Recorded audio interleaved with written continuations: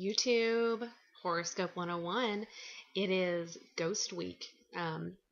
Apologize for the snuggie. I guess it's kind of appropriate for Ghost Week, but I really just, it's the morning and I look like crap and I'm totally just going to get my Jack Skellington hoodie going on. So, snuggie, I guess you could say. So, let me take a drink of water and I'm going to get started on this film. How cool is this water bottle? Anyway, okay. Horoscope 101, Ghost Week. Now, everyone this week has done some really cool stuff, but I'm glad that nobody picked this because what I've been doing is trying to, the last couple of weeks, I have done a first viewing and I have kind of gone and rented film.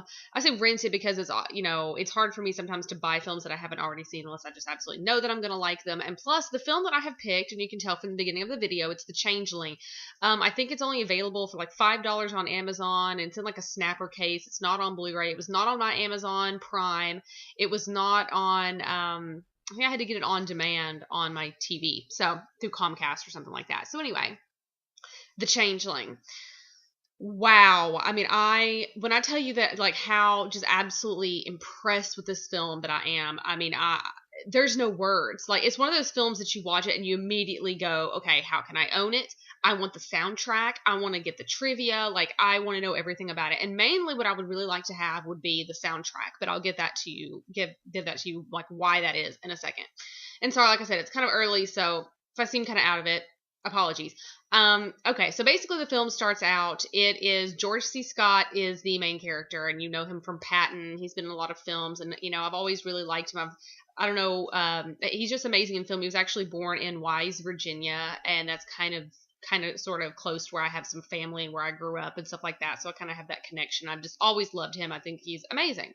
So he's like, I didn't know how much of a main character he would be because sometimes with some of these horror films or, thrillers or whatever, they get an established older actor. This is what they did like in the 70s and 80s. They would get an established older actor for more of the classic films and put them in this movie, and it would make it more like more people would want to go see it back then. They don't really do that anymore because, no one gives a crap, I guess. But back then they wanted kind of like an established actor.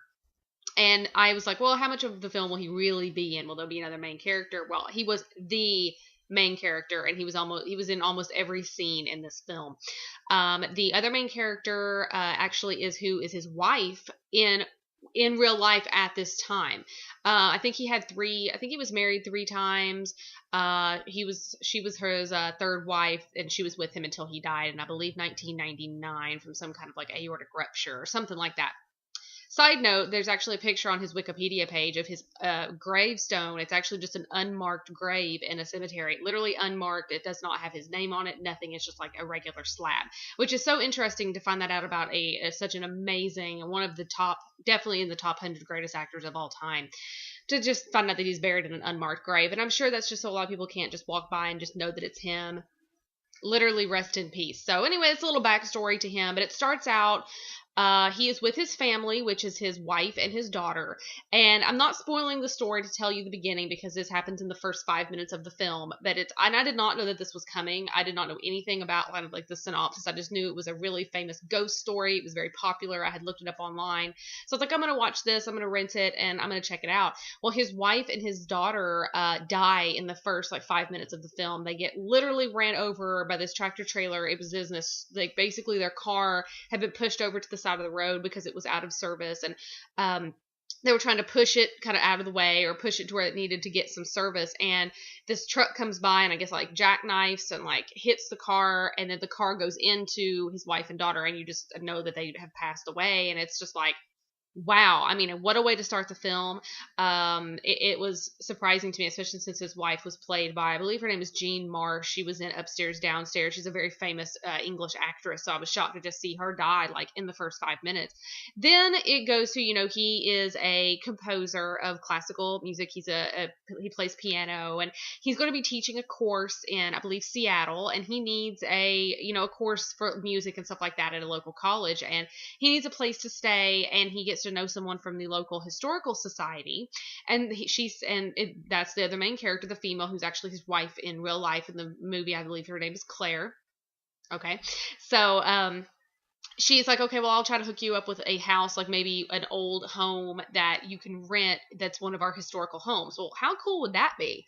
I mean, I'd love to just show up in a new city and just have someone. I'm a historian. I mean, technically, I have my degree in history and I love all of that stuff. So I'd love to just go to a new city and here's a home you get to live in. So basically, as soon as he moves in, strange things start happening. And, without giving too much away about the film, because it is a ghost story and it does involve a small child, like you can see in the beginning of, in the picture that I showed in the beginning, it is very creepy.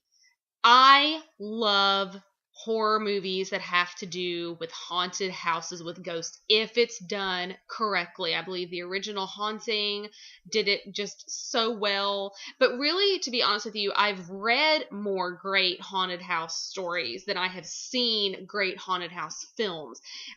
That's just me, because it's almost like I can in my head be more creeped out sometimes than a movie can even show. And The Changeling does it right. Is that the first time I've actually said the movie name in this video? I'm sorry, but it is The Changeling. As you see from the beginning, but whatever. They did it right. I mean, the ambiance is creepy. The music is astounding. It is so creepy. I mean, there's seances and there's weird noises and literally things that go bump in the night.